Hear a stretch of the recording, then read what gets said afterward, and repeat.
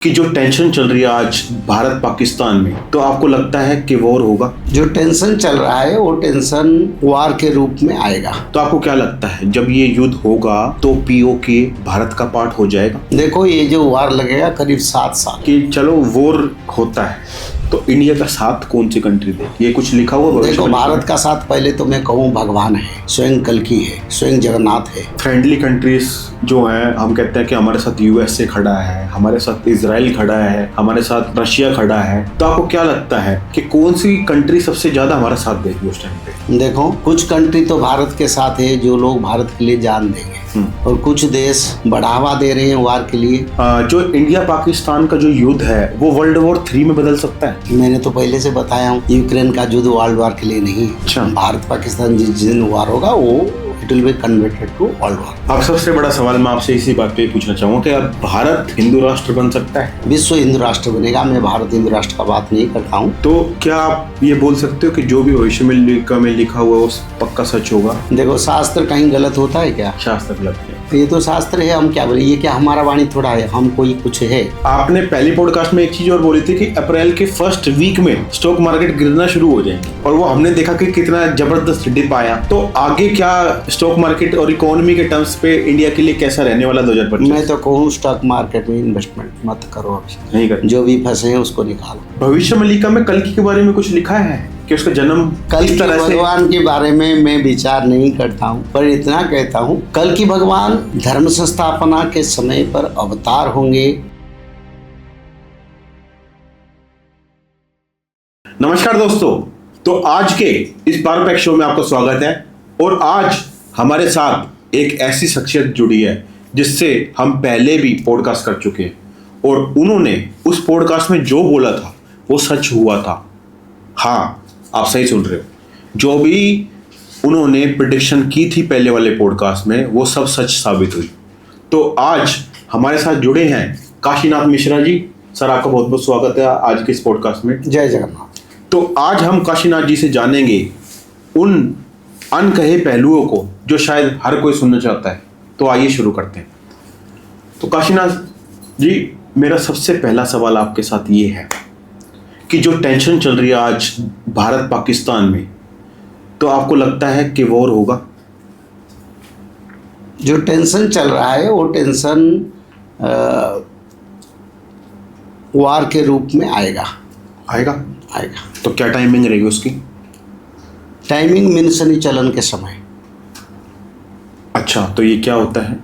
मिनसनी अभी चलन हुए हैं, 2027 के आधा तक रहेंगे। अच्छा। और उसी समय ये भारत और पाकिस्तान, चाइना और सारा विश्व में विश्व युद्ध का ये शास्त्रों में लिखा है।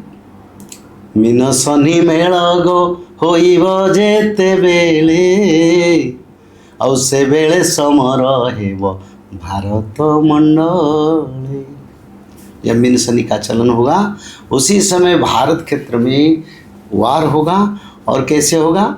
ना पाकिस्तान और चाइना, यही भारतर संगे चीना देव धाड़ी निश्चय जवन तुले। अच्युतानंद जी ने आज से 600 साल पहले स्पष्ट कर दिए थे। ये स्पष्ट रूप में मैं बता रहा हूँ, चाइना पाकिस्तान को लेके भारत के साथ वार में आएगा।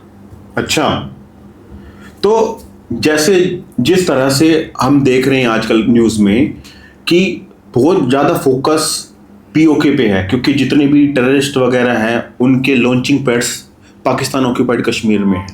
तो आपको क्या लगता है जब ये युद्ध होगा तो पीओके भारत का पार्ट हो जाएगा?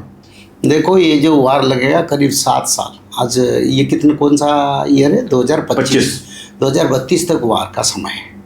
उसी समय निर्णय लेंगे। अभी समय को इंतजार करना अच्छा है। अच्छा, तो इससे हम क्या समझे? ये लॉन्ग टर्म वार है। लॉन्ग टर्म वार चलेगा। पर सर, जिस हिसाब से हम देखते हैं कि हम जब एनालिसिस करते हैं दोनों देशों की वॉर लड़ने की क्षमता का, तो हम ये कहते हैं कि भारत उनको 3 दिन में हरा सकता है, क्योंकि 3 दिन से ज़्यादा उनके पास रिसोर्सेस है ही नहीं। देखो, भारत बड़ा महाशक्ति है। भारत के साथ विश्व की बड़े बड़े देश भी युद्ध करना संभव नहीं है। बिल्कुल, क्योंकि भारत की आर्मी विश्व की दूसरे नंबर पर है। और भारत की जो लड़ाकू है, जो सैन्य है, बड़ा स्ट्रंग है और मेंटली बहुत पावरफुल है और लड़ने की सामर्थ्यता बहुत अच्छा है। विश्व में जितने सैनिक हैं, जितने देश के, चाइना के लोग ठंडी सहने पाते हैं, ऊंचाई पर युद्ध नहीं कर पाते, पर हमारे देश के सैन्य बहुत अच्छे लड़ते हैं और विश्व में सबसे अच्छा सैन्य हमारे देश में और बड़ा शक्तिशाली वाहिनी है। पर बात ये, एक साथ भारत के साथ 10-12 कंट्री मिलकर लड़ेंगे तो भारत क्या करेगा? अच्छा, समस्या यही है। नहीं तो भारत के साथ पाकिस्तान क्या है? कुछ नहीं। अकेला पाकिस्तान चाइना के साथ भारत लड़ सकता है एक साथ, उसमें भी कोई समस्या नहीं। पर चाइना पाकिस्तान के साथ और 10 कंट्री मिल जाएगी तो भारत के लिए तो समस्या आ सकता है।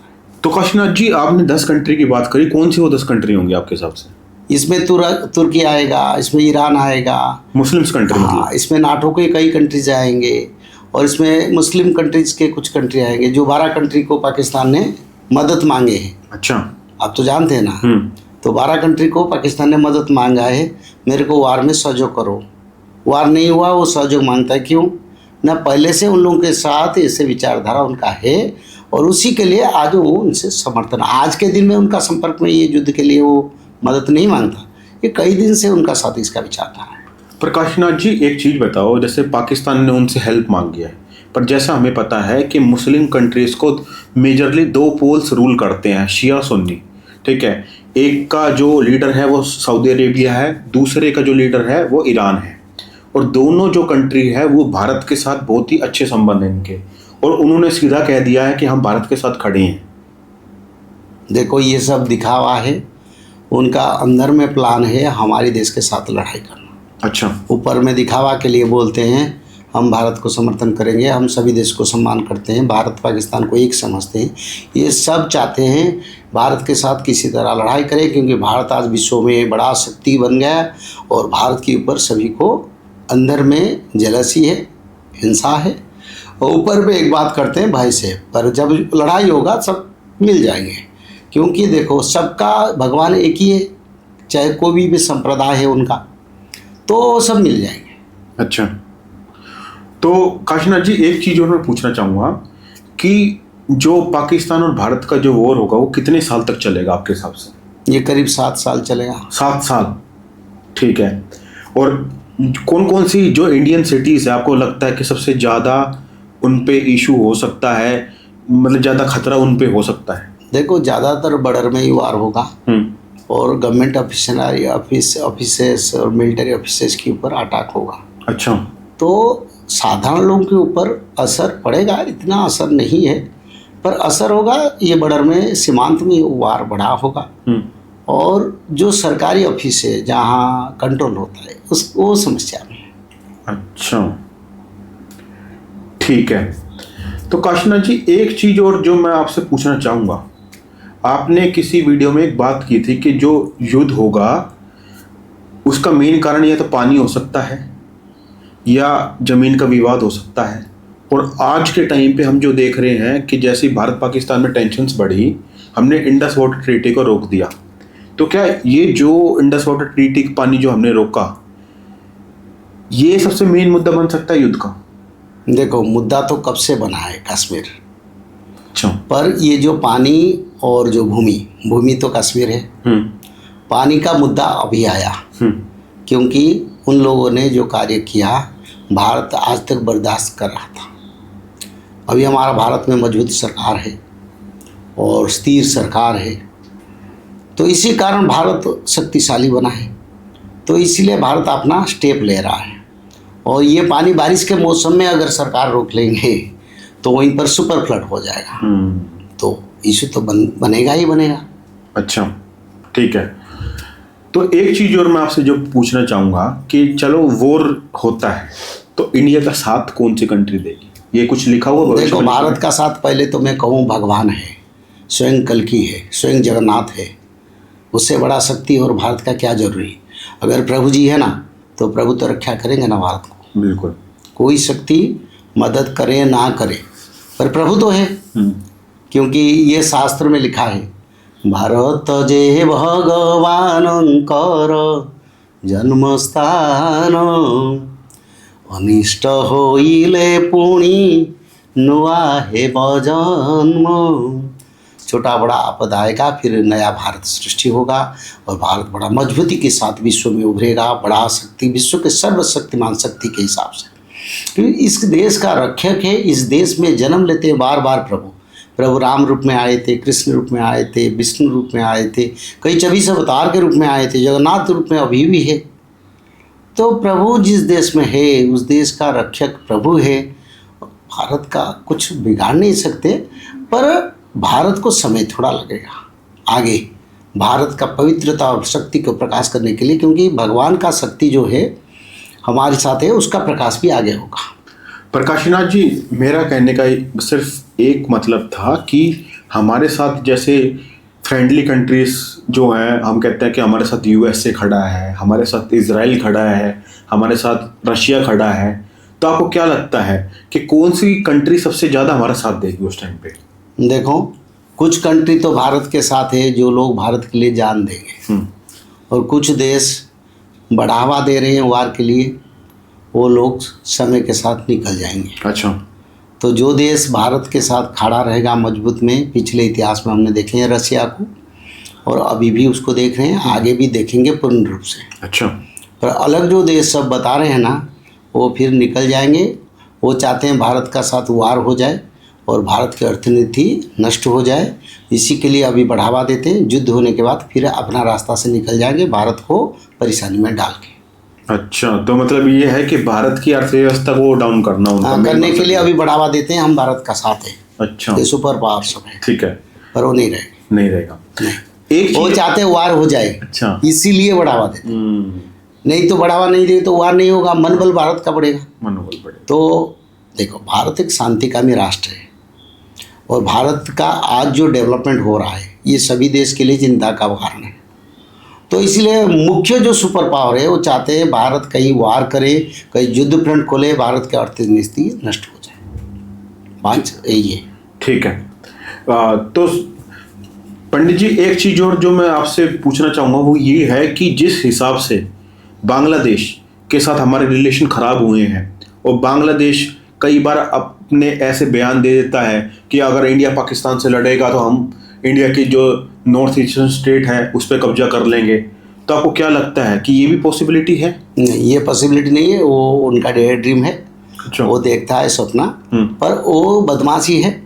वो क्या करेंगे ना, चाइना और पाकिस्तान से मदद लेके भारत के साथ लड़ाई के लिए रेडी हो रहे हैं। तो आपको नहीं लगता कि भारत बांग्लादेश पे ही कब्जा कर लेगा? फिर भारत बांग्लादेश पर कब्जा कैसे करेगा? भारत तो शांतिकामी राष्ट्र है पहले से, तो जो समस्या था भारत भी वार करता था, कर सकता था, उस समय नहीं किया। अच्छा। तो भारत एक देश है, देखिए हमारी इतिहास कहता है हम किसी देश के ऊपर युद्ध थोपे नहीं, हम सभी देश का पालक है, हम पिता है। भारत सभी देश का पिता है। संस्कृति का, भारत का उत्पत्ति सारा विश्व में प्रसार है। तो भारत एक पवित्र देश के नाते भारत किसी के ऊपर युद्ध थोपता नहीं, युद्ध करता नहीं, पर बार बार भारत के ऊपर भारत की विरोधी विधर्मियों ने अटैक करते हैं, और ये समय है अब अटैक करके उनका ही खेती करेंगे, उनका कोई लाभ नहीं होगा। भले सभी मिलके लड़ेंगे, फिर भारत का कोई छोटा खेती होगा तो उनका बड़ा खेती होगा, क्योंकि एक तरफ से वार तो होगा, दूसरी तरफ से पंचभूत प्रलय से भगवान उन देश को नष्ट कर देंगे। अच्छा। मानो चाइना हो, बांग्लादेश हो, पाकिस्तान हो, जो भी हमारा विरुद्ध में, ये श्रीलंका हो, जो भी भारत के विरुद्ध में अंदर में काम करते हैं, वो लोगों का परेशानी पंचभूत का प्रलय में होगा। ना खाने को मिलेगा, ना उनका घर का जो आर्थिक स्थिति ठीक रहेगा। वार तो करेंगे, पर भगवान जब नष्ट करना चाहेंगे वो क्या युद्ध करेंगे? बिल्कुल। आगे ऐसे समय आ रहा है, आप देखेंगे पाकिस्तान, चाइना में, बांग्लादेश में तांडव देखेंगे प्रकृति का। अच्छा। ये तो वार करेंगे हमारे साथ, पर प्रकृति का तांडव को संभालने के लिए उनका पास सामर्थ्य नहीं है। नहीं। और ऐसे समय आ रहा है जो दैवी शक्ति का प्रभाव रहेगा, जिसका विनाश उन देश का शुरू हो जाएगा। अच्छा। एक दिन भारत के साथ लड़ाई शुरू करेंगे, दूसरे उनके देश में भूकंप होगा, और एक दिन भारत के साथ वार करेगा चाइना, उसके देश में बड़ा महाप्रलय, जल प्रलय हो जाएगा। बांग्लादेश में तूफान में इतना जोर आएगा तो वो वार कैसे करेगा? करेगा तो करेगा, पर विनाश भगवान भी लाएंगे उन लोगों के लिए। एक तरफ से ये अटैक करेंगे, दूसरी तरफ से दैवी शक्ति का अटैक उनके ऊपर होगा, एक साथ दोनों होगा। अच्छा।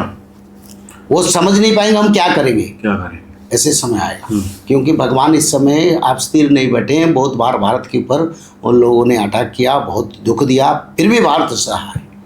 आगे नहीं सहेंगे, ना भारत की सरकार सहेंगे, न भगवान पर वाला छोड़ेंगे। ठीक है, दोनों तरफ से अटैक होगा। तो काशीनाथ जी एक चीज और जो मैं आपसे पूछना चाहूंगा ये है कि जो इंडिया पाकिस्तान का जो युद्ध है वो वर्ल्ड वॉर 3 में बदल सकता है। मैंने तो पहले से बताया हूँ, यूक्रेन का युद्ध वर्ल्ड वार के लिए नहीं है। अच्छा, भारत पाकिस्तान जिस दिन वार होगा वो it will be converted to world war. तो ये मतलब 2 ब्लॉक्स बन जाएंगे उस टाइम पे। हाँ। अच्छा, तो क्या लगता है कि भारत किस ब्लॉक का पार्ट होगा? भारत देखो, भारत एक तरफ से भारत रहेगा, भारत के साथ रशिया रहेगा, रशिया रहेगा, मतलब सोवियत यूनियन का पार्ट। सोवियत यूनियन ठीक का है। अभी जो उनका देश है वो रहेंगे। और बीच में जर्मन, जापान, फ्रांस भारत को मदद करेंगे। अच्छा, फ्रांस, जर्मनी, जापान। तो ये तो आपने बड़ी ही ऐसी बातें बताई है जो शायद व्यूअर्स को डराएंगी भी, बट सच्चाई से हम मुंह मोड़ नहीं सकते। व्यूअर्स को क्यों डराएगा? देखो, अकेला भारत ने पाकिस्तान के साथ जब लड़ा था, चाइना के साथ लड़ा था, तब रशिया ने मदद किया था। बिल्कुल। अब तो कई कंट्री भारत को मदद करेंगे, वो सुपर पावर भी है। सुपर पावर भी। तो भाई नहीं, भाई का क्या बात है। और दूसरी एक बात मैंने कहा, उसको गैर से सुनिए। ठीक है। एक तरफ से हमारी शासन सरकार लड़ेगा, दूसरी तरफ से भगवान कल्कि का शक्ति उस देश में तबाही सृष्टि तबाही करेगा। मचा देगा, बिल्कुल। एक वार वो लड़ेंगे भारत के साथ, दूसरा वार लड़ने की उनका सामर्थ्यता नहीं है, उनका कंट्रोलिंग कोई कैपेसिटी नहीं है। उनका जो प्रकृति का तांडव होगा वो भगवान के द्वारा होगा। तो दोनों को वो लड़ेंगे। और प्रकृति तांडव इतना बड़ा भयंकर होगा जो उनका जीवन इतिहास में कभी नहीं दिखे। ठीक है।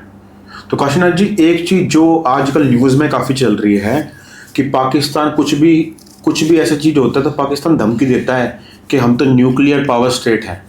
तो आपको लगता है कि अगर इंडिया पाकिस्तान का अगर युद्ध होता है तो पाकिस्तान न्यूक्लियर वेपन्स चला सकता है? देखो, जब कौरव पांडवों का लड़ाई हुआ था तब दुर्योधन ने बोला, मैं युद्ध के बिना एक सुई अग्र का जमीन नहीं दूंगा। अच्छा।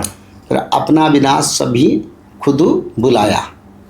तो आज जो वो बोलते हैं ना परमाणु का, ऐसे समय आएगा भी पाकिस्तान में परमाणु काम नहीं करेगा। अच्छा, तब क्या करेंगे? हाँ ये भी है। धमकी तो देते हैं, अगर परमाणु काम नहीं करेगा तो क्या करेगा? उस समय क्या करेगा? उसी समय खुद भय करेगा, अरे परमाणु क्यों चुप हो गया, कहीं परमाणु एक्सप्लोजन क्यों नहीं हुआ? तब वो क्या करे? तब विश्व की जो देश भारत के विरुद्ध में है वो क्या करेंगे? तो इसलिए मैं सभी देश को निवेदन करता हूँ, अभी समय धर्म का रक्षा के लिए प्रभु आएंगे। और जगन्नाथ संस्कृति में ये लिखा है। और इस समय धर्म की ओर तुम भी आओ और सनातन धर्म को फॉलो करो, और सनातन धर्म में जो नीति है उसको मानो, तुम्हारे लोगों का कल्याण होगा। ठीक है काशीनाथ जी, ये तो काफ़ी आपने ऐसी चीज़ें बताई हैं जो हर व्यूवर सुनना भी पसंद करता होगा। एक चीज़ और जो मैं आपसे जानना चाहूँगा काशीनाथ जी, वो ये है कि अगर युद्ध शुरू होता है तो सबसे ज़्यादा इम्पैक्ट इंडिया में कहाँ पड़ने के चांसेस हैं? देखो, इम्पैक्ट सीमावर्ती क्षेत्र पर पड़ेगा। और दूसरा जो मुख्य शहर है भारत में, जो मुख्य शहर है, मैं स्पेसिफिक नहीं बताता हूँ, मुख्य शहर पर उसका बाद असर आएगा। तो देखो, इसके लिए हमको नहीं सोचना है, हमने 2-2, 3-3 वार लड़ चुके हैं। तो इसके लिए देखो, ऐसे भी संसार पर हमारे देश में उस समय वार हुआ था, उस समय भी लोग थे, आज भी हैं। पर बात ये, भगवान के शरण में जाओ और प्रभु को से प्रार्थना करो ताकि प्रभु आप वो असुरों का विनाश करो। बिल्कुल। एक चीज और काशीनाथ जी, आपने हमारे पहले पॉडकास्ट में ये बोला था कि बड़े बड़े भूकंप आने शुरू हो जाएंगे 2025 में। हाँ, शुरू तो हुआ है। ठीक है, और ये हुआ भी है। जब जिस दिन आप बोल के गए थे उसके 2 दिन बाद ही भूकंप आया था दिल्ली में, और उसके 1 महीने में बाद मैंने देखा कि बाहर कौन सी कंट्री में, शायद थाईलैंड, और ये थाईलैंड में इतना हैवी भूकंप आया है 7.7 का। तो भविष्यवाणी में दिल्ली के बारे में या इंडिया के बारे में कुछ ऐसा लिखा है कि? देखो, इसके बारे में मैं इसलिए नहीं विचार करता हूँ क्योंकि देखो, आगे जो होगा बस हम लोग कहते हैं धर्म की ओर आओ। और ये जो भविष्यवाणी का भी लिखा है, जो धर्म में रहेंगे वो बचेंगे। जो अधर्म में रहेंगे वो विनाश होंगे। तो इसलिए धर्म में आना चाहिए। भूकंप तो सारा विश्व में होगा, सिर्फ दिल्ली में होगा या भारत में होगा ऐसा क्या है? नहीं, सारा विश्व में भूकंप होगा। अमेरिका में बड़ा भूकंप होगा। अच्छा, कब होगा? हाँ, कब होगा हम क्यों बताएंगे? नहीं, भविष्य मालिका में इसके बारे में कुछ लिखा तो होगा नहीं, ना? भविष्य मालिका में लिखा है होगा, पर हम ऐसे बताते हैं अमेरिका में होगा, चीन में होगा, Indonesia, Thailand, German, Japan, France, सभी देश में होगा। तो मैं एक चीज जानना चाहूंगा, बस इतना बता दो हमारी ऑडियंस को, ये 2025 में होगा या 26 में, कब? 2025 में भी बड़ा नज़ारा मिलेगा, 2026 में मिलेगा, 2027 में और बड़ा मिलेगा। अच्छा, तो मतलब ये 3 साल बड़े ही क्रूशल हैं। ये 3 साल नहीं, 2032 तक सत्ययुग जब तक नहीं आएगा ये क्रुशियल होता जाएगा। अच्छा, तो काशीनाथ जी एक चीज और, आपने पहले पॉडकास्ट में एक चीज और बोली थी कि अप्रैल के फर्स्ट वीक में स्टॉक मार्केट गिरना शुरू हो जाएंगी, और वो हमने देखा कि कितना जबरदस्त डिप आया। तो आगे क्या स्टॉक मार्केट और इकोनॉमी के टर्म्स पे इंडिया के लिए कैसा रहने वाला 2025? मैं तो कहूँ स्टॉक मार्केट में इन्वेस्टमेंट मत करो अभी, नहीं कर। जो भी फंसे हैं उसको निकालो। अच्छा, तो आगे मतलब ऐसा कुछ हो सकता है? आगे बहुत कुछ हो सकता है, मैं नहीं बताऊंगा। मैं इतना बोलूँ इंवेस्टमेंट ना करो, और अगर इन्वेस्टमेंट किए उसको निकाल लो समय के देख के। अपना कम से कम अपना जो मूल इन्वेस्टमेंट है उससे निकाल लो, तब अच्छा रहेगा। अच्छा, और जो बैंकों में पैसा वगैरह रखते हैं, एफडी वगैरह? देखो हमारे देश में स्थिर शासन है, अच्छा सरकार है, और सरकार मजबूती के साथ खड़ा है। हमारे देश में इतना असर कुछ नहीं है। देखो अमेरिका में फाइनेंशियल क्राइसिस आएगा, यूरोप में आएगा, पर भारत में इतना जल्दी नहीं। भारत में भगवान का देश है ना, तो बहुत दिन हो गए, आज भारत को रोकने वाले कोई नहीं है। कोई नहीं। हाँ, ठीक है। तो एक चीज और मैं जानना चाहूँगा कि अभी 2025 के हमने 4-5 महीने तो हमने खत्म कर चुके हैं। 25 का, हाँ, जनवरी फरवरी मार्च चल गए, अप्रैल भी चल गए, 4 महीने। हाँ, 4 महीने खत्म हो चुके हैं। अब मई शुरू हो गया है, अब दिसंबर तक का समय है। भविष्य मालिका में कुछ ऐसी चीज लिखी है? 2025 में विश्व में वार होगा ये लिखा है। 2025 में 25 से 27 के बीच। तो इंडिया के स्पेसिफिक में कुछ ऐसा लिखा है कि जो इंडिया के लिए खराब हो सकता है? इंडिया के लिए कुछ खराब नहीं। इंडिया विश्व में सबसे बड़ा शक्ति की नाम से उभरेगा। अच्छा, ये लिखा है भविष्य मालिका, लिखा हुआ है। हाँ, तो मतलब भारत के विश्व गुरु बनने के चांसेस हैं? चांसेस नहीं, we are deserve to get. Okay, तो ये काशीनाथ जी ने बहुत बड़ी बात कही है कि हम डिजर्व करते हैं और हम हैं, हम आज भी हैं और आगे भी रहेंगे। नहीं, आज जो हैं और आगे बढ़ेंगे, और आगे बढ़ेंगे, और आगे बढ़ेंगे। मतलब कहने का वही है। ठीक है, तो एक चीज और, मैं भविष्य मालिका में कल्कि के बारे में कुछ लिखा है कि उसका जन्म देखो, कब, कल किस के तरह से? भगवान के बारे में मैं विचार नहीं करता हूँ, पर इतना कहता हूँ कल की भगवान धर्म संस्थापना के समय पर अवतार होंगे और धर्म संस्थापना करेंगे, सारा विश्व में सनातन को प्रतिष्ठा करेंगे।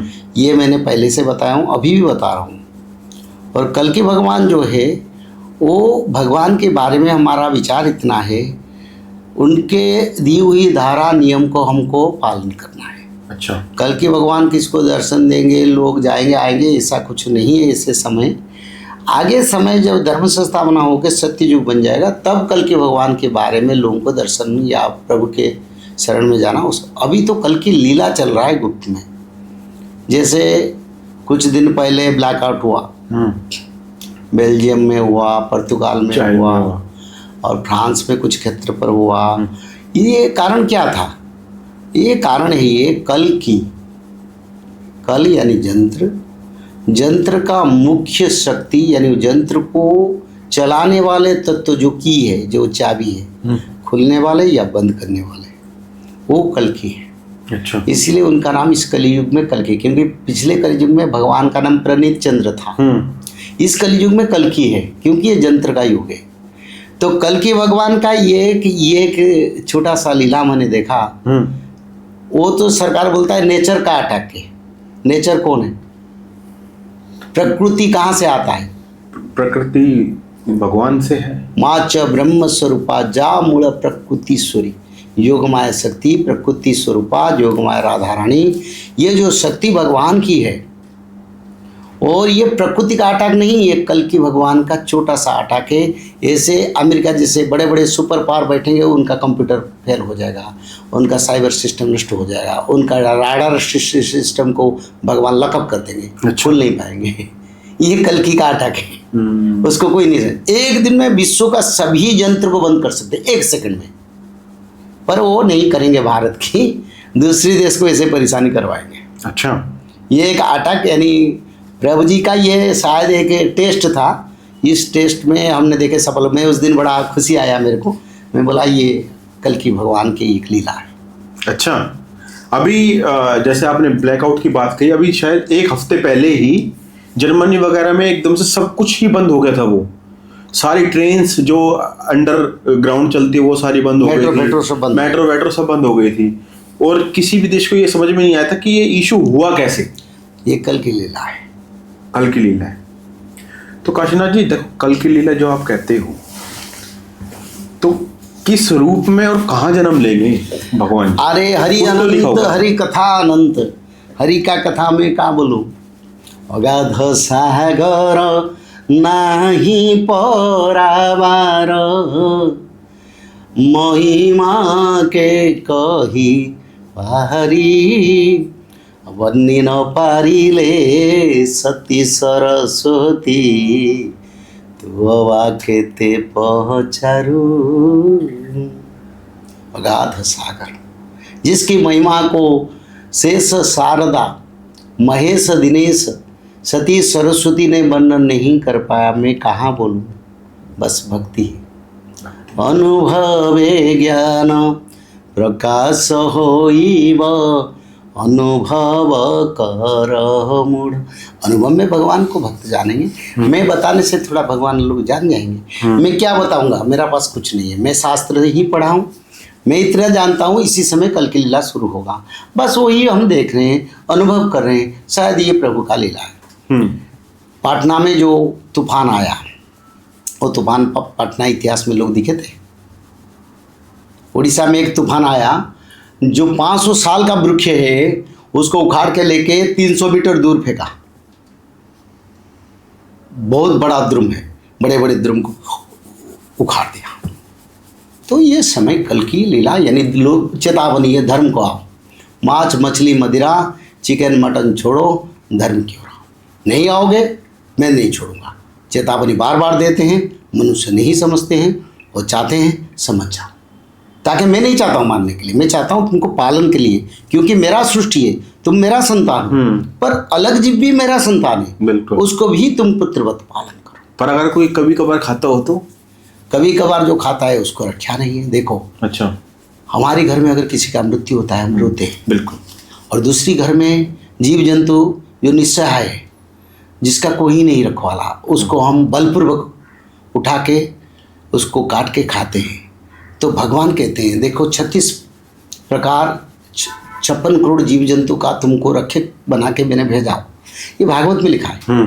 हर जीव जंतु का पालन करता मनुष्य है, और मनुष्य पालन करता भक्ष्य करता है, यानी उसको भक्षण करता है। प्रभु इसलिए तो चेतावनी देते हैं ताकि बदल जाओ। नहीं बदलेंगे तो फिर हमारा दशा भी ऐसा होगा, हम मर जाएंगे, फिर मानव जीवन का नष्ट हो जाएगा, फिर मानव जीवन नहीं मिलेगा, फिर 84 लाख जन्म लेंगे। अच्छा, कहीं पेड़ पौधे जन्म, कहीं चींटी जन्म, कहीं छोटे छोटे मिट्टी में रहने वाले वायरस के जन्म। इससे लेते लेते फिर कई लाखों युग के बाद कभी फिर मानव जीवन मिलेगा नहीं मिलेगा पता नहीं। ठीक है।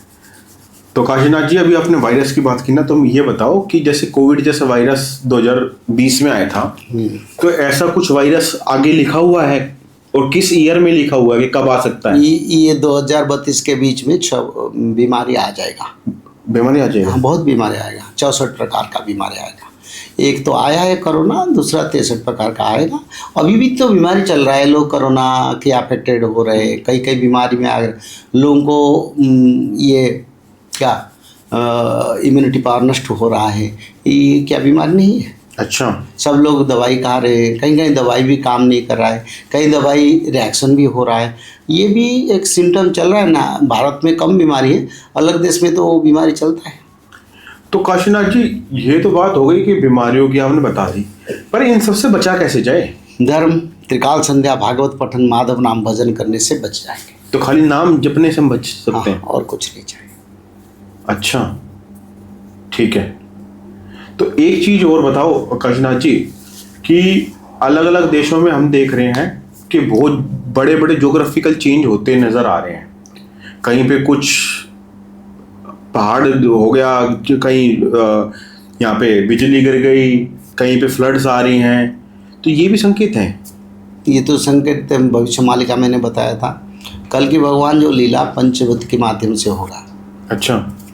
कहीं जल रूपे मुहि संसार नासी भी, कहीं जल प्रलय करके भगवान कल के संसार को विनाश करेंगे। कहीं पवन रूपे पृथ्वी ग्रासी भी, कहीं पवन तूफान टर्नाडो टाइफोन जैसे बड़े बड़े साइक्लोन उसी माध्यम से मैं विनाश करूँगा।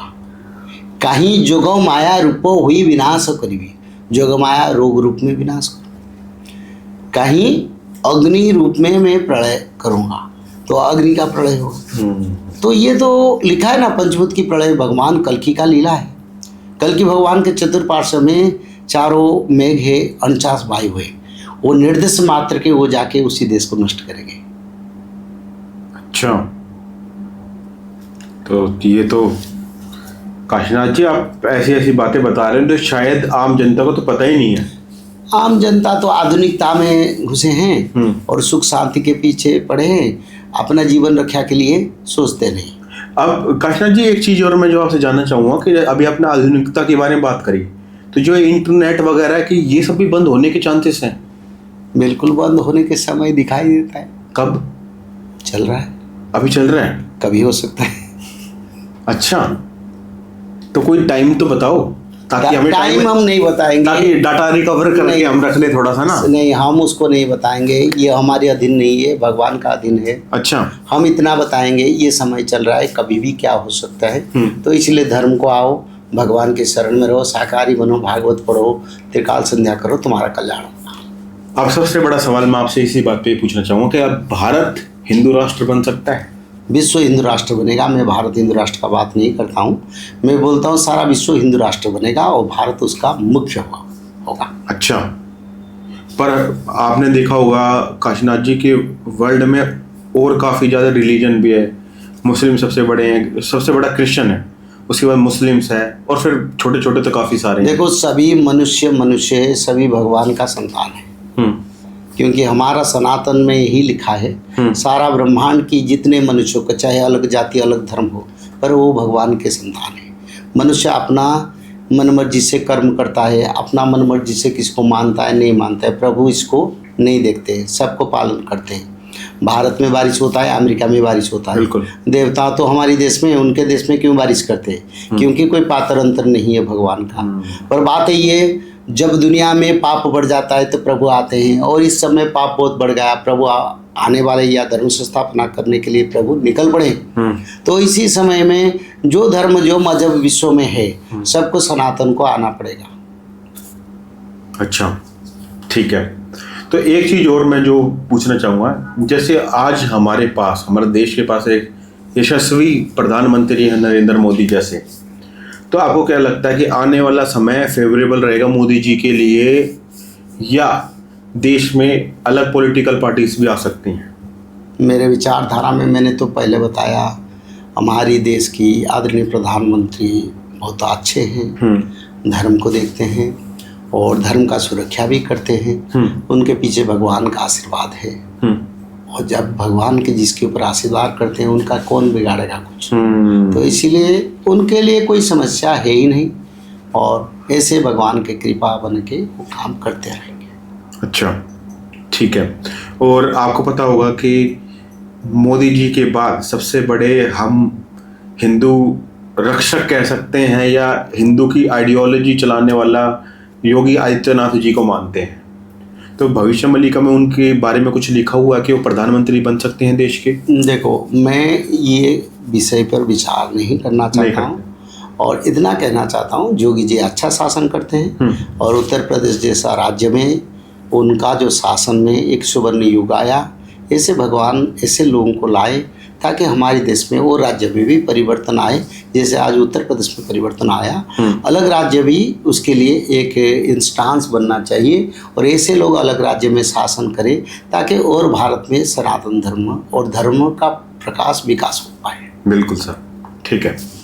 ये काफ़ी अच्छी बात कही है काशीनाथ जी ने कि सबका विकास हो और सब साथ मिल के रहें, क्योंकि हमारा देश चाहता ही ये है कि हमारा देश स्टार्टिंग से एक मित्रता देश रहा है, सबको साथ लेके चलने वाला देश रहा है। पर समय समय पे भारत ने ये भी दिखाया है कि अगर कोई हमसे उलझेगा तो हम जवाब देना भी जानते हैं। तो काशीनाथ जी, एक चीज़ और जो मैं जानना चाहूँगा कि आजकल है ना हमारे देश में बड़ा अनरेस्ट चल रहा है। क्या चल रहा है? अनरेस्ट मतलब कि देश में कुछ ऐसे ऐसे इशू चल रहे हैं आपस में। जैसे हम साउथ इंडिया में जाते हैं तो देख कहते हैं, जैसे तमिलनाडु वगैरह में, कि हिंदी में बात नहीं करनी है, यहाँ पे सिर्फ आपको इंग्लिश चलेगी, ठीक है, हमारे रीजनल लैंग्वेजेस बोलो। तो आपको कभी भविष्य मल्लिका में या कहीं भी आपने कुछ ऐसी चीज़ देखी है कि देश में ही सिविल अनरेस्ट हो सकता है, देखो अलग अलग समुदाय में या किसी और चीज़ को लेके? इस समय जो इशू हुआ, भारत की जो अलग धर्म के लोगों ने भारत का साथ दिया, भारत के बारे में सब सपोर्ट किए रैली के, ये तो हमारे देश का एकत्रित का एक सुंदर नज़ारा मिला। यूनिटी है। हाँ, यूनिटी है हमारे देश में। कोई जाति धर्म है, फिर आपस में सब मिलके ये इशू को हमारा सब लोगों ने मदद किया, सब लोगों ने एक स्वर में बोले। तो ये भारत के लिए बड़ा अच्छा मेरे को लगा, क्योंकि ये भारत में कई अलग धर्म के लोगों ने भी भारत की सरकार के साथ खड़ा हुए। तो ये राजनीति के लिए कोई कुछ बोले, पर धर्म नीति के लिए भगवान का कृपा है ये। इस समय भारत के साथ भारत के सभी नागरिक खड़े हैं। बिल्कुल, कोई धर्म मजहब देखते नहीं और सभी भारत के सरकार के साथ खड़े हैं। ये बड़ा अच्छा सिम्टम है। बिल्कुल। तो एक चीज़ और मैं जो जानना चाहूँगा काशीनाथ जी, आपने भविष्य मल्लिका को लिखा है, ठीक है, आपने हिंदी में उसका कन्वर्ट किया, पहले उड़िया में थी शायद, ठीक है, आप सबसे पहले आपने उसको हिंदी में कन्वर्ट किया था। तो कोई ऐसी 3 फ्यूचर प्रेडिक्शन दे सकते हो हमारी ऑडियंस को कि जो उसमें लिखी हुई, ताकि हमारी ऑडियंस इसको जान सके? देखो, इतना हम कहना चाहते हैं, आगे महंगाई बढ़ेगा, सारा विश्व की अर्थनीति टूटेगा, सारा विश्व की, ठीक है, अर्थनीति टूटेगा। नौकरी में रहने वाले लोगों को रिटर्न आना पड़ेगा। अच्छा, यानी नौकरी में रहने वाले लोगों को सरकार VRS दे देंगे। और ऐसे समय आ रहा है, आर्थिक परिस्थिति बड़ा मांदी अवस्था सारा विश्व में होगा, खाद्यान्न का अभाव होगा, खाद्य का महंगाई बहुत बढ़ेगा, और जल, अग्नि, भूकंप, वायु प्रलय का तांडव सारा ब्रह्मांड देखेगा। अच्छा, ये तो काशीनाथ जी काफ़ी कंट्रोवर्शियल बात भी हो सकती है। नो, कंट्रोवर्शियल कुछ नहीं है। अच्छा, ये होने वाला है। तो क्या आप ये बोल सकते हो कि जो भी भविष्य में लिखा हुआ वो पक्का सच होगा? देखो, शास्त्र कहीं गलत होता है क्या? शास्त्र गलत नहीं होता। तो ये तो शास्त्र है, हम क्या बोले, ये क्या हमारा वाणी थोड़ा है, हम कोई कुछ है, हम पढ़ते हैं शास्त्र में जो लिखा है उसको बताते हैं। पर काशीनाथ जी, जैसे आप बोलते हो कि 2032 में बोलते हो कि सतयुग आ जाएगा, यही आप बोल रहे हो ना कि सतयुग आ जाएगा, तो ये किस बेसिस पे आप ये बोल रहे हो कि सतयुग आ जाएगा? क्योंकि सब तो अभी कह रहे हैं कि अभी तो घोर कलयुग आना बाकी है। देखो, हम जो परखते हैं हम बताते हैं। अच्छा, जिसको उसका परखने की हिसाब से योग्यता है, भगवान उसको बताते हैं। हम परख लेते हैं, ऐसे समय आ रहा है, ऐसे ऐसे हो रहा है, आगे ये परिवर्तन होगा। तो जो बोल रहे हैं 4,32,000 से कलयुग का अंत नहीं हुआ, उनका विचारधारा उनके विचारधारा है। हमारी विचारधारा जगन्नाथ संस्कृति से अनुप्राणित थे, पंचसखा संस्कृति से अनुप्राणित थे। हमारी विचारधारा में हम कहते हैं, पहले तो जब हम मिशन के बारे में बोलते थे, प्रलय के बारे में बोलते थे, लोग सुनते हंसते। आज तो लोग एक्सेप्ट कर रहे हैं, हाँ नहीं कुछ हो रहा है, हम भी परिवर्तन हो गए। लोग त्रिकाल संध्या कर रहे हैं, भागवत पढ़ रहे हैं और धर्म की ओर आ रहे हैं, शाकाहारी बन रहे हैं। कोई देखो, ये देश है एक सेकुलर कंट्री है, एक स्वाधीन देश है, जनमंगल राष्ट्र है। इस कहीं भी मनुष्य का इच्छा कुछ भी कोई बोल सकता है। बिल्कुल, हमारी संस्कृति, सनातन संस्कृति का जो वाणी है, हम मानव का कल्याण के लिए प्रचार करते हैं। बिल्कुल, कोई मानव माने न माने, कोई कुछ बोले, हमारा उसमें कोई लेना देना नहीं। हम चाहते हैं मानव का कल्याण हो। कल्याण, ठीक है। काशीनाथ जी, एक चीज पे मैं जरूर बात करना चाहूंगा, जैसे आप उड़ीसा से आते हैं तो आपने देखा होगा कि अभी है ना एक रील बड़ी वायरल हुई थी इंस्टाग्राम पे, जिसमें एक चील जगन्नाथ मंदिर का ध्वज लेके और चली गई। तो इससे हम क्या संकेत मान सकते हैं? ये बड़ा अच्छा संकेत नहीं है। उसका बाद पहलगाम का इशू हुआ, उसके बारे में हमने बताए थे। ये विश्व प्रति विपद है, वर्ल्ड वार होगा तो सारा विश्व में खेती होगा ना, अकेला भारत थोड़ा। क्योंकि वर्ल्ड वार में बहुत लोग मरेंगे, बहुत लोग विधवा होंगे, बहुत धन जीवन नष्ट होगा। तो ये जगन्नाथ मंदिर से जो संकेत है, ये संकेत विश्व के लिए विनाशकारी है। इसको सारा विश्व समुदाय समझना चाहिए। जगन्नाथ क्षेत्र में संकेत आ रहा है, थोड़ा शांति में बैठ जाऊं, नहीं तो अपना विपद अपना बुलाएंगे। तो ये भविष्य मालिका में लिखा था अभी, नील चक्र बना चिड़िव पड़िव समुद्र कूले। तो समुद्र के किनारे ये नील चक्रवाना जाके गिरेगा, उसको छिड़ा के लेगा, यानी खींच के लेगा। तो उस पक्षी ने उसको खींच के लिया। इतने बड़े ध्वजा है, करीब 4 मीटर 5 मीटर का, उसको ए से अपना चंचू से 1 सेकंड में कैसे ले लिया। तो ये दैवीकृत है। और उसी समय जगन्नाथ क्षेत्र में काला बादल छा गया, पूरा संपूर्ण अंधेरा हो गया। और उसी समय उन्होंने जगन्नाथ मंदिर का परिक्रमा किया करके अपने चंचू पर लेके उसको समुद्र किनारे की ओर चले गए। तो ये अच्छा नहीं है। सारा विश्व समुदाय सब धर्म जाति भूल जाए, जगन्नाथ में शरण में आए। आप समय नहीं। ठीक है। तो काशीनाथ जी, और कोई ऐसे संकेत जगन्नाथ मंदिर से आ रहे हैं जिससे हम ये कह सकते हैं कि आने वाला टाइम बहुत खराब आने वाला है? सारे संकेत तो मिल चुका है, और भी संकेत आएगा। अच्छा। तो समय आएगा, बहुत देश में सूखा पड़ने वाले हैं। अच्छा। बारिश के मौसम में बारिश नहीं होगा। तो काशीनाथ जी, आजकल हम देख रहे हैं जैसे मई का टाइम है, अभी थोड़े दिन पहले इतनी तेज बिजली कड़की है, इतनी बारिश हुई है। इस टाइम पे तो दिल्ली में बारिश होती भी नहीं है, जिस हिसाब से मई का टाइम चल रहा है। और हमने देखा कि इस साल ठंड भी बहुत कम पड़ी, ना के बराबर पड़ी है, पड़ी ही नहीं है बिल्कुल भी। तो क्या ये मौसम चेंज होना एकदम से इतना ज़्यादा, हम कह तो देते हैं कि साइंस की लैंग्वेज के ग्लोबल वार्मिंग की वजह से हो रहा है, पर स्पिरिचुअलिटी की लैंग्वेज में इसको हम क्या कह सकते हैं कि क्या होगा? ये युग परिवर्तन का संकेत है। अच्छा। ये जो क्लाइमेट में परिवर्तन आ रहा है, ये युग परिवर्तन का संकेत है। हम उसको परखते हैं, रोज परखते हैं। मैं यहाँ वॉक कर रहा था परसों, नीम के पेड़ में फूल पके हैं, ना फल पके हैं, और फूल भी हो रहा है। क्योंकि एक बार फूल होता है और वो भी पक जाता है बारिश के मौसम में। पर इस बार मैंने देखा अभी फल भी है, फूल भी है। आम की पेड़ में फल भी है, फूल भी है। तो ये युग परिवर्तन का संकेत है। अच्छा। ये लिखा है मालिका में, लिखा हुआ है। नीम का पेड़, आम का पेड़ में अन सीजन में फल फूल होगा, एक साथ फल फूल होगा। अच्छा। ये फल बड़े बड़े हो गए, फिर फूल हो रहा है। अभी आम पक रहा है, फिर फूल हो रहा है। ये युग परिवर्तन, सत्य युग में सालों भर आम खाएंगे लोग, बड़ा आनंद का समय है। अच्छा, तो आपके कहने का सेंस ये है कि हम कलयुग से सतयुग की तरफ जा रहे हैं? सत्य युग तो आ रहा है। आ रहा है, मतलब हम जा रहे हैं उसकी तरफ ही। ठीक है। तो इसलिए इतने सारे चेंजेस होने वाले हैं या हो रहे हैं, अभी हम ये कह सकते हैं? ये संकेत प्रभु दे रहे हैं मानव को बदलने के लिए। बदलने के लिए। क्योंकि सत्य युग में सत्य रहेगा। सत्य क्या है? सत्य, शांति, दया, क्षमा। किसी को कोई नहीं मारेगा, किसी जीव हत्या नहीं होगा, सब लोग शाकाहारी बनेंगे, सब लोग ब्रह्म कर्म त्रिकाल संध्या करेंगे, सब लोग भागवत पढ़ेंगे। जो हम करा रहे हैं, इन लोगों को लेकर हम सत्य युग में पहुंचाएंगे। जो लोग हमारे साथ है, इन लोगों के साथ करोड़ करोड़ लोग जोड़ेंगे, और इन लोगों को लेके हम सत्य युग तक उन लोगों को लेंगे। क्योंकि एक दिन में सत्य युग नहीं बनेगा, उसके लिए त्रिकाल संध्या, भागवत पठन, जो धर्म कार्य, ब्रह्म कार्य हम कहते हैं, उसको करते करते लोग शाकाहारी बन के फिर धर्म की ओर चलेंगे। उसको देख के दूसरा लोग जाएंगे, जाते जाते फिर सत्य युग बन जाएगा। कोई लोग मांस मछली नहीं खाएंगे, मदिरा नहीं खाएंगे, पाप नहीं करेंगे। ठीक है, इस कार्य चल रहा है। ठीक है। और जो काशीनाथ जी, जो लोग निंदा करते हैं उनका क्या होगा? किसको निंदा करते हैं? भगवान की निंदा करते हैं, ये कहते हैं कि ये चीज़ तो होती नहीं है, ये खाने से कुछ नहीं होता, तो उन लोगों का क्या होगा? देखो, त्रेता युग में रावण, मारीच, ताड़का, ऐसे बड़े बड़े असुरों ने भगवान का निंदा किया था, उनका मृत्यु हुआ। बिल्कुल।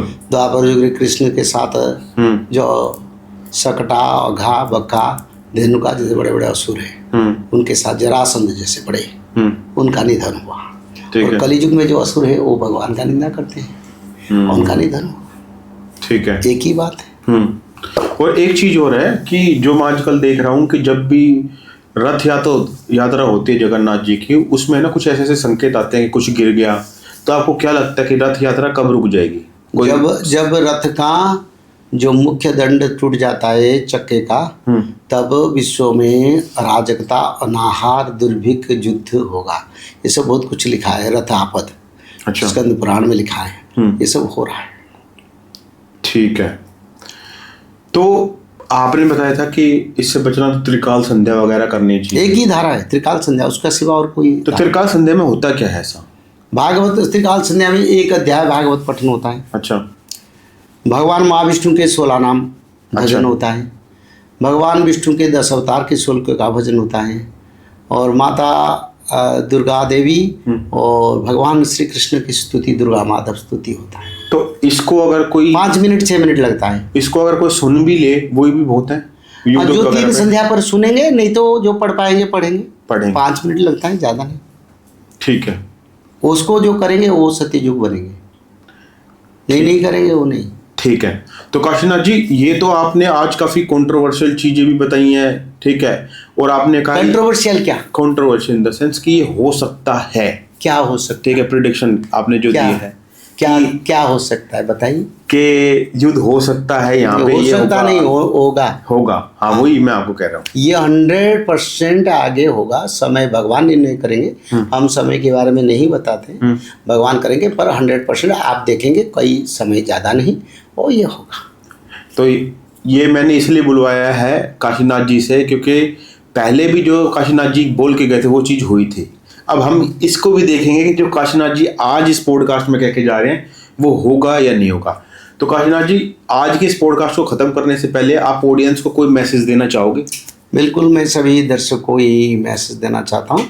आपकी घर में आप लोग त्रिकाल संध्या करें, भागवत पठन करें और निरंतर माधव नाम भजन करें, शाकाहारी बने। और एक अध्याय भागवत पठन ब्राह्मी मुहूर्त से रात 12 तक किसी समय आप पढ़ सकते हैं। इसको करने से आप लोग भगवान विष्णु की कृपा प्राप्त करेंगे। और भगवान विष्णु स्वयं कल की रूप में आ रहे हैं तो आपको कृपा करेंगे और आप सत्ययुग को जा पाएंगे। इसलिए इसको पालन करें, आप लोगों के लिए मंगल होगा। आगे आने वाले आपद से रक्षा के लिए यही धारा ही आपको रक्षा कर सकता है। ठीक है।